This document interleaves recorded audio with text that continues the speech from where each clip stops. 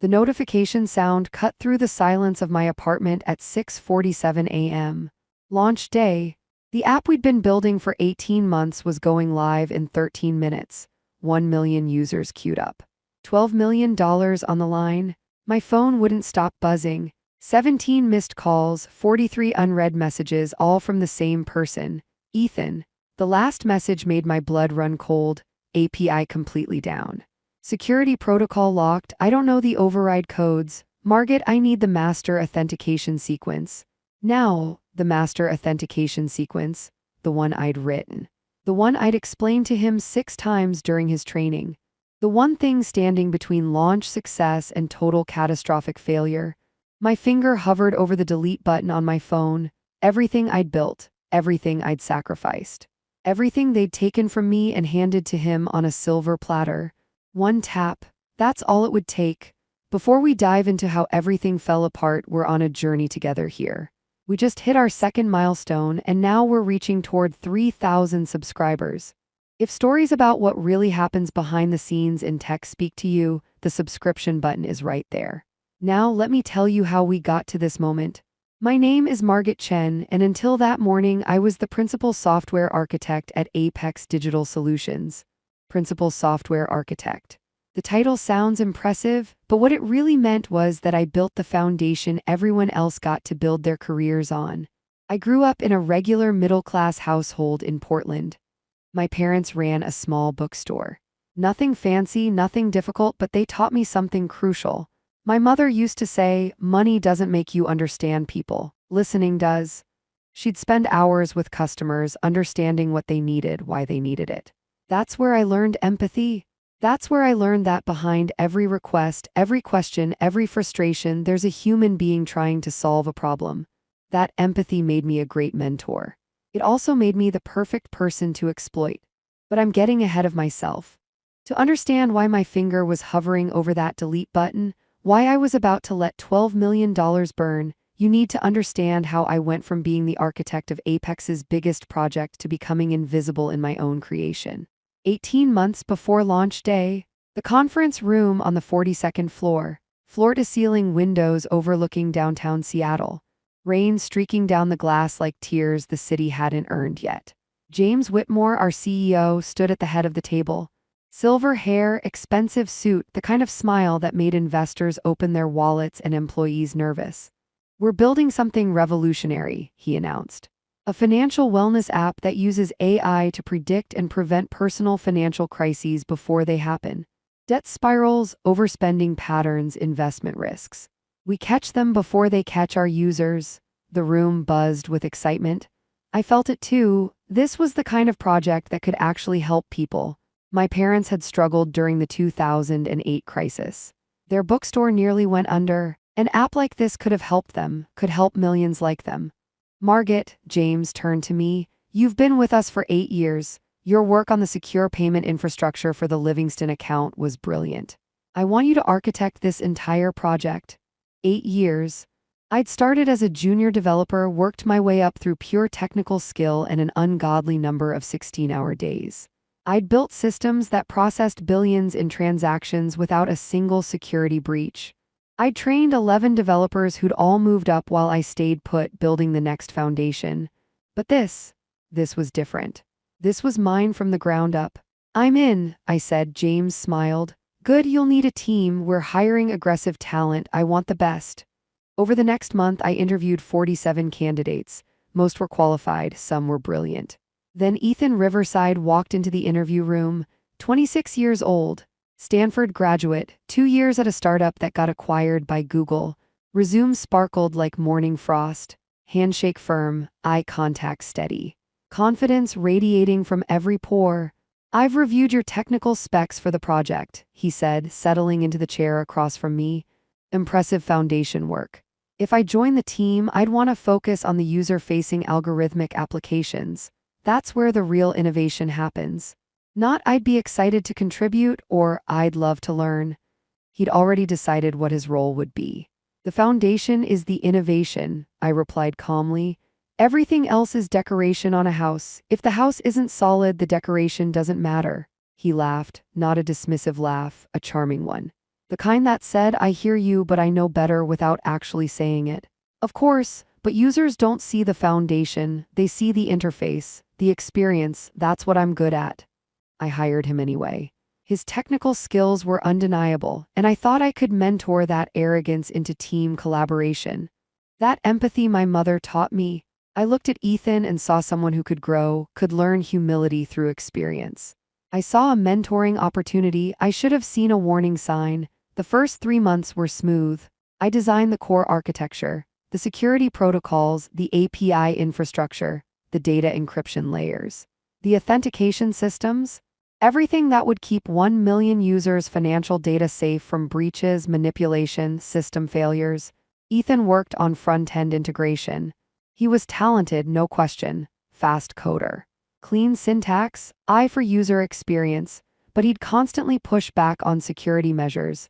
This 3-layer authentication adds 17 milliseconds to load time, he complained during a code review. Users will notice. They'll hate it. Users will hate having their bank accounts drained by hackers more, I countered. Can't we find a middle ground?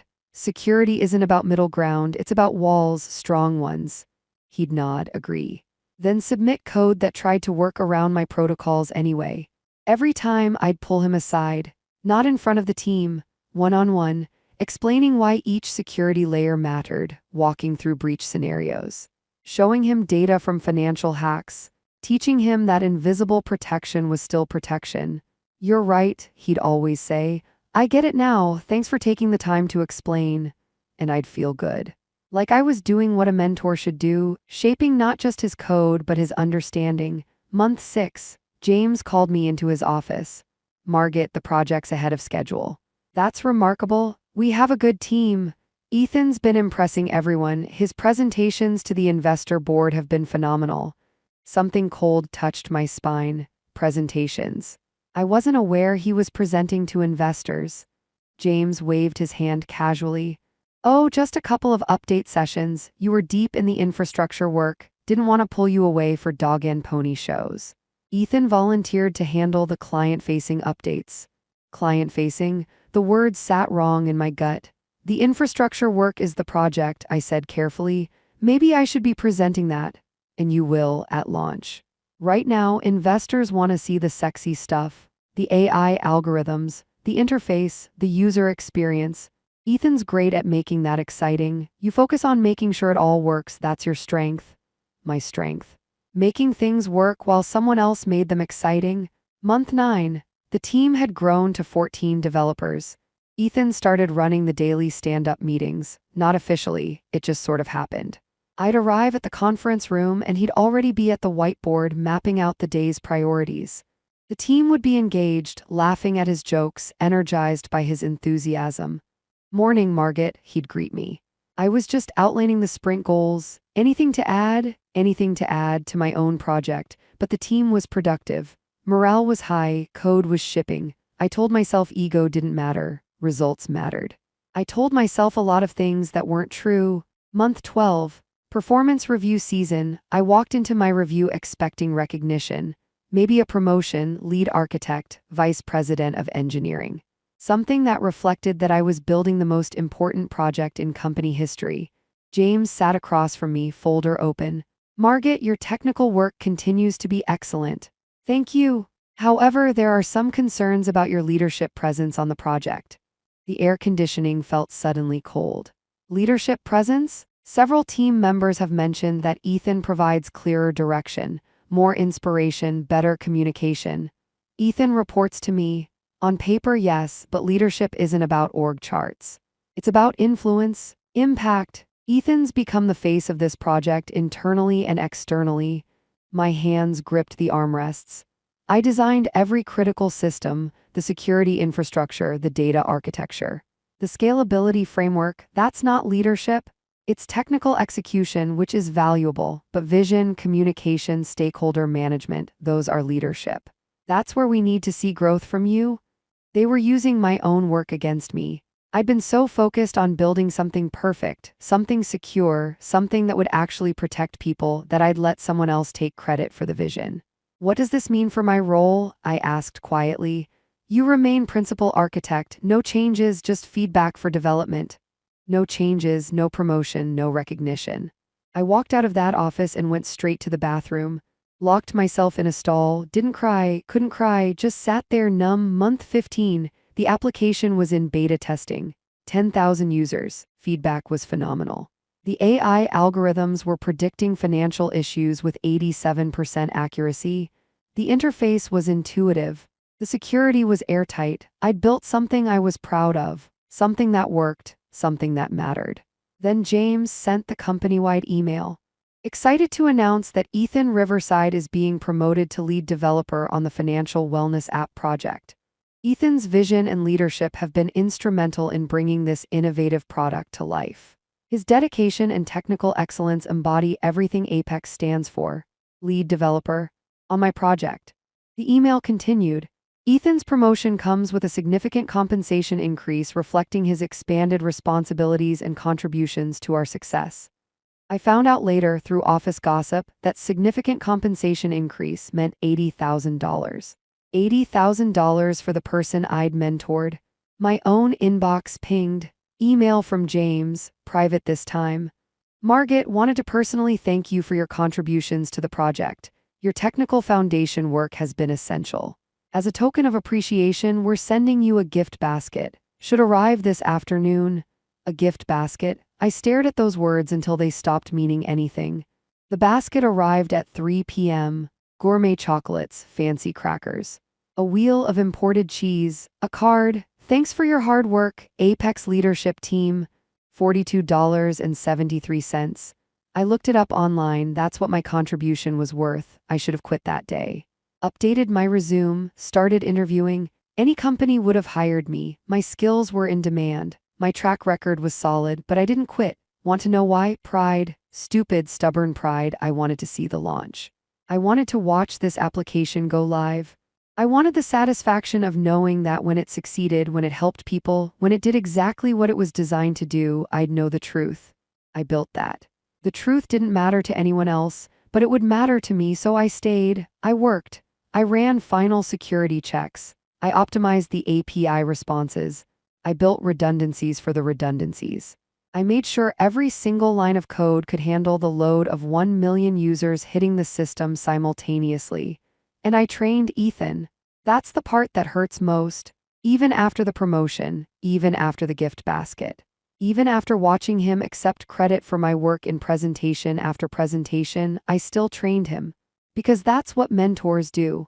Because my mother's voice was in my head, telling me that professionalism mattered. That integrity mattered. That doing the job right mattered more than ego. This is the master authentication sequence, I explained to him for the 6th time 3 weeks before launch. We were in the server room going through disaster recovery protocols. The sequence was complex, 47 characters, alphanumeric, special symbols, randomized in a pattern only I knew. It was the override code for everything. If the system locked up, if authentication failed, if anything went catastrophically wrong, this code was the skeleton key. Why so complicated? Ethan asked, typing it into his password manager. Because if someone unauthorized gets it, they have complete control over 1 million users' financial data. Bank accounts, credit cards, investment portfolios. Everything? Right, but if it's too complicated, we might not remember it in a crisis. That's why it's written down in 3 separate secure locations. That's why we're both memorizing it. That's why we've practiced this protocol 6 times now. He nodded. Got it memorized, ready to go? But he was looking at his phone while he said it, half present, half listening. Ethan, this is serious. Repeat the protocol back to me. He sighed. If primary authentication fails, I access the secure server vault, retrieve the master sequence, input it into the root admin portal, and reinitialize the authentication cascade. Perfect recitation. Like he was reading from a script. And if you can't access the server vault, pause, then I contact you? No, you use the backup code from the encrypted file in your lead developer account. I've given you access. The file is labeled Project Cornerstone Emergency Protocols. Right, got it. He didn't have it, but I didn't know that yet. Launch week arrived, the office buzzed with energy. Marketing had done their job, press coverage everywhere. Tech blogs, financial news sites, morning shows, everyone talking about this revolutionary app that would change how Americans managed money. 1 million users pre-registered. 12 million in investor capital riding on a successful launch. Stock options for employees if we hit our first quarter targets. The launch party was scheduled for 7 p.m. on launch day. Open bar, catered dinner. James had rented out an entire restaurant downtown. I wasn't planning to go, but my colleague Amy convinced me.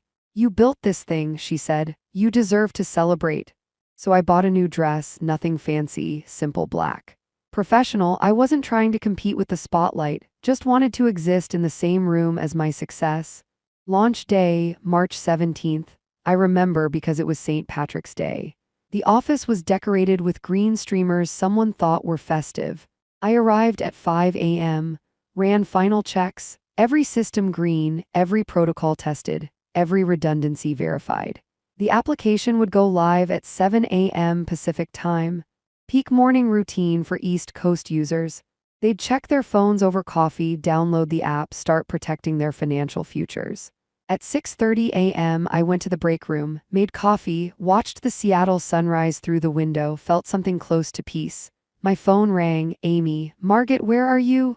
Break room, why? Get to the war room. Now, the war room was what we called the main monitoring center.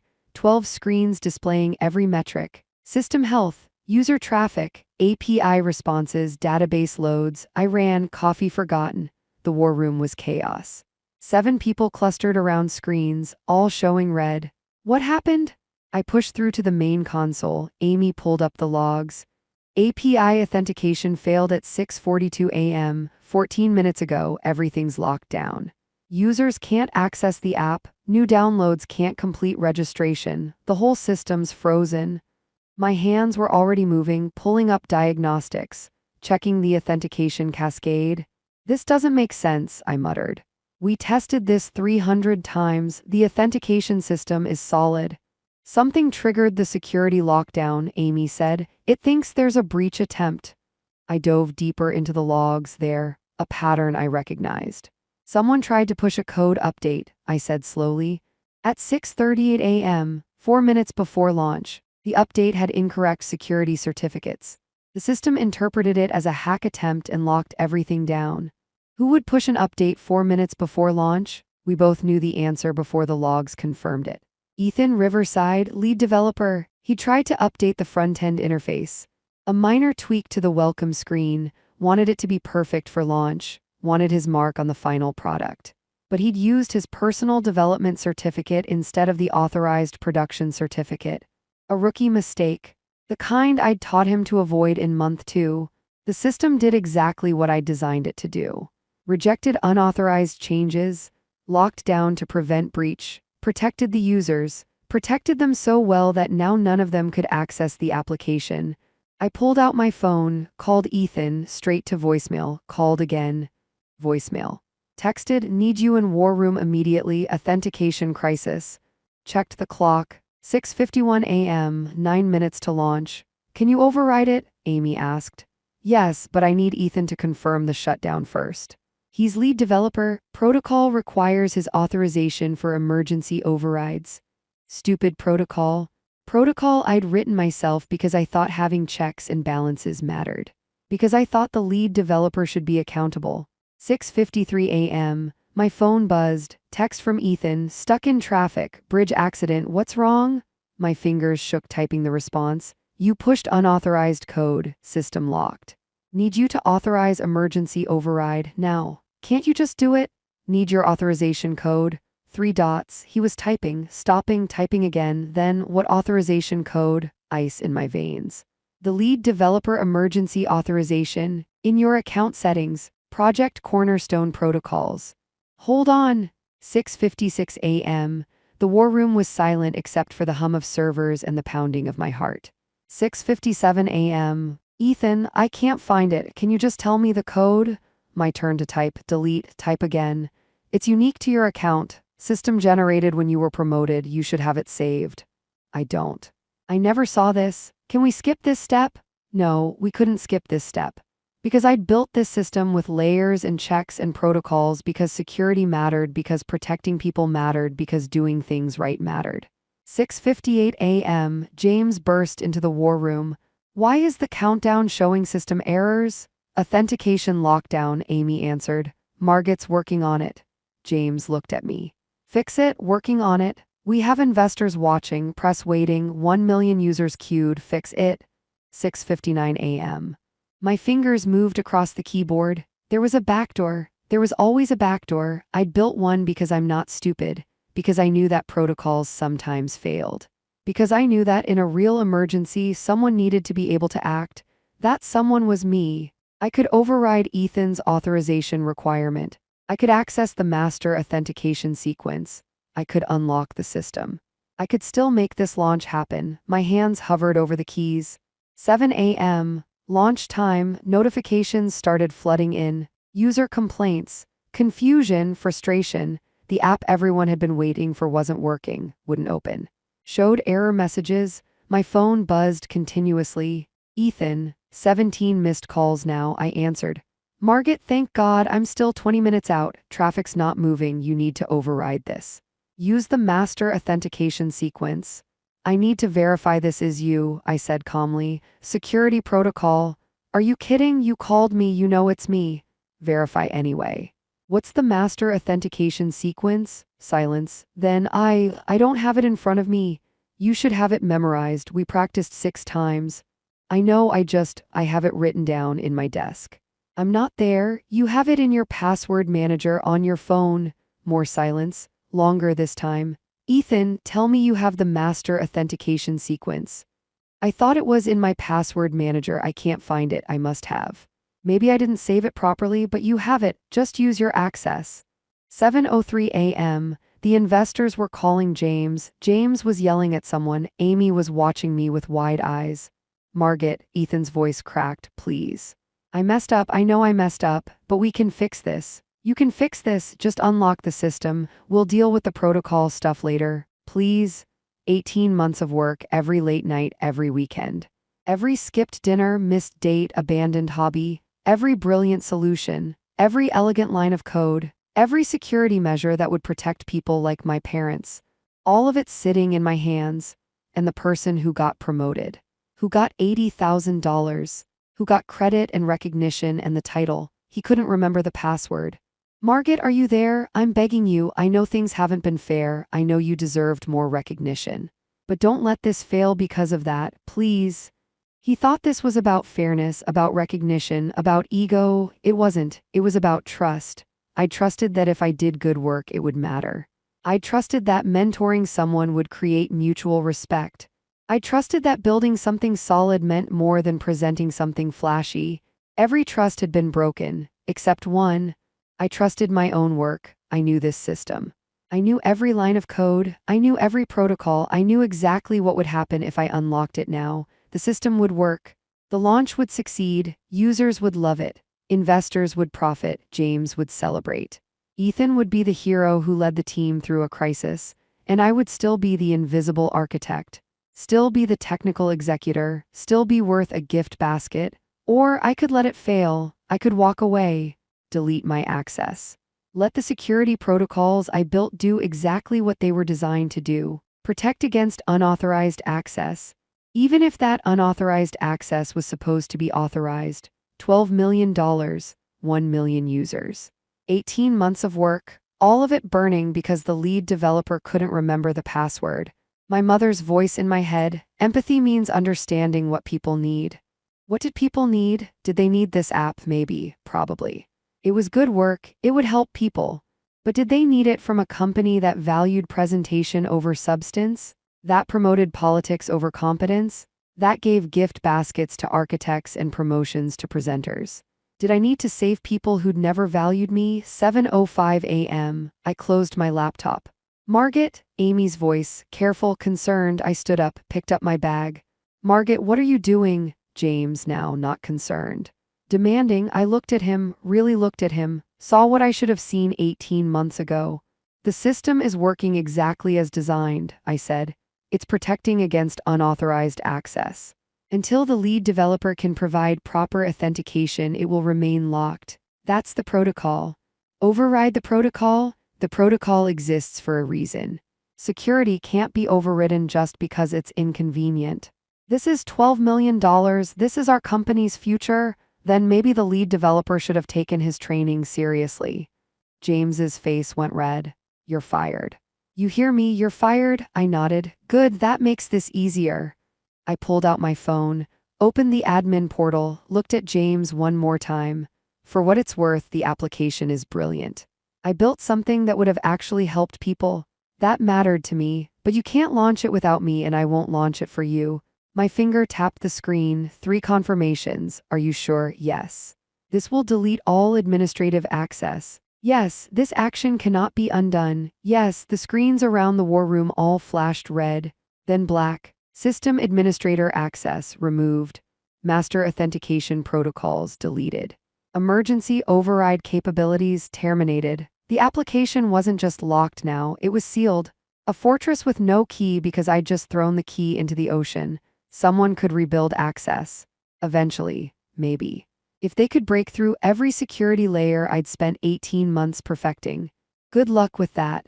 I walked out of the war room, down the hall, past cubicles where developers I'd trained were frantically typing, trying to find a solution. Past the conference room where investor calls were happening in panicked voices.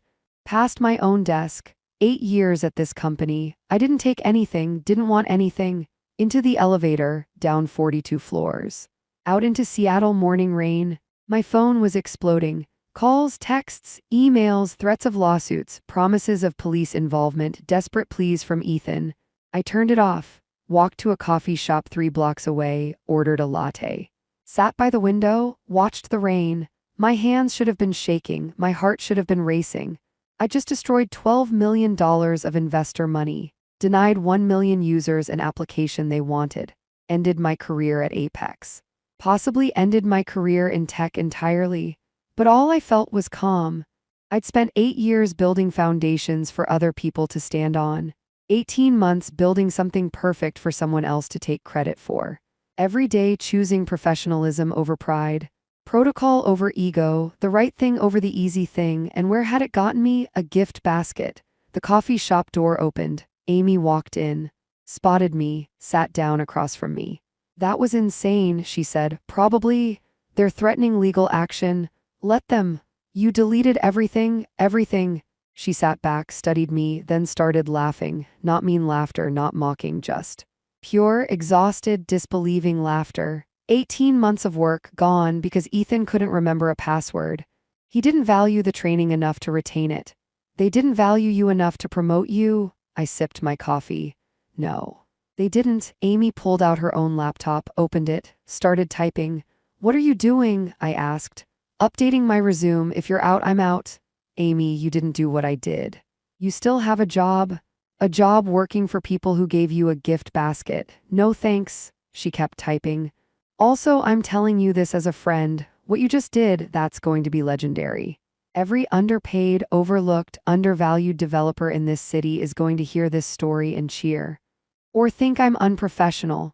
Maybe, but the good companies, the ones that actually value technical skills over corporate politics, they're going to want to hire you? I hadn't thought that far ahead, hadn't thought about what came next, just knew I couldn't stay in what was my old phone. I turned it off, but I could still see the notification light blinking through the black screen. Dozens, hundreds of messages. I didn't turn it on. 3 hours later, the news broke. TechCrunch first, then Bloomberg, then everywhere. Apex Digital Solutions' highly anticipated financial wellness app fails to launch. Company cites unforeseen technical difficulties. Launch date to be determined. The unforeseen technical difficulty was me. By evening, the real story started leaking.